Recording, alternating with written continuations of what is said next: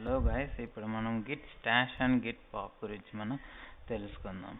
So Git stash అంటే ఒకవేళ మనం లోకల్ వర్క్ స్పేస్లో ఏదైనా చేంజెస్ చేసినాక తర్వాత మనకి చేంజెస్ ఇప్పుడే పుష్ చేయకూడదు, నేను తర్వాత పుష్ చేయాలి అని సిచ్యువేషన్ వచ్చినప్పుడు మనము ఆ చేంజెస్ని డిలీట్ చేయకుండా స్టాష్ ఒక సైడ్గా పెట్టుకోవడానికి మనం స్టాష్ అనేది యూజ్ చేస్తాం అన్నమాట. ఇప్పుడు అది ఎలా యూజ్ చేస్తాము అనేది చెక్ చేస్తాం.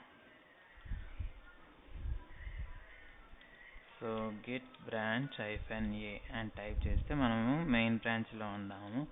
ఇక్కడ చెక్ చేసినట్టయితే file1 ఉంది. సో vi file1 టైప్ చేసి stash changes git status check చేసినట్లయితే ఇక్కడ యాడ్ అయింది అనమాట. సో ఇప్పుడు మనం ఏం చేస్తామంటే ఈ ఫైల్స్ని ఇప్పుడు మనం ఫైల్ 1లో చేంజ్ చేసిన ఫైల్స్ని ఇప్పుడే పుష్ చేయకుండా మనం స్టాష్ చేసుకుందాం. సో ఎలా చేయాలంటే Git stash save is the command and మనం ప్రొవైడ్ కమాండ్ ఒక లేబుల్ నేమ్ ఇవ్వాలి అనమాట. సో లేబుల్ నేమ్ వస్తే stash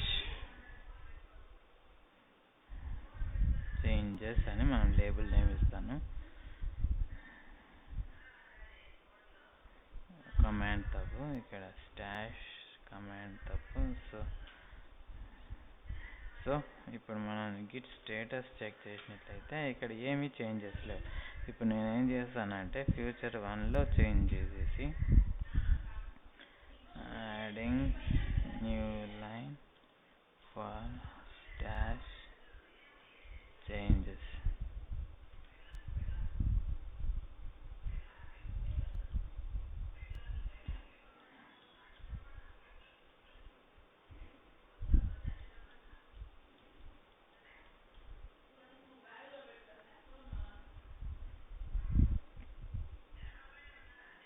testing stash changes.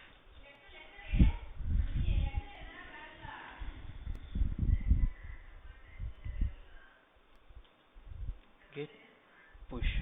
So ఈ విధంగా మనం పుష్ చేస్తాం. ఇప్పుడు స్టాష్ చేంజెస్ ఎలా వాడుకోవాలో తెలుసుకుందాం. మనము స్టాష్లో ఉన్న చేంజెస్ మళ్ళీ తీసుకురావడానికి మనం ఏం చేస్తామంటే గిట్ స్టాష్ పాప్ అని టైప్ చేస్తాము. సో ఇది ఎప్పుడైతే మనం కొడతామో బై డిఫాల్ట్ స్టార్టింగ్ అంటే నెంబర్ 1గా మన దగ్గర ఉండేది ఒకటే కాబట్టి మనం గిట్ స్టాష్ పాప్ పడితే ఫస్ట్ ఏదైతే లేటెస్ట్ ఉంటుందో అది ఆ చేంజెస్ అనేవి చూస్తాయి. ఒకవేళ మనకు ఒక 10 స్టాషెస్ ఉన్నాయి, మనకు స్పెసిఫిక్ స్టాష్ కావాలంటే మనం లేబుల్ నేమ్ ఇవ్వాల్సి వస్తుంది.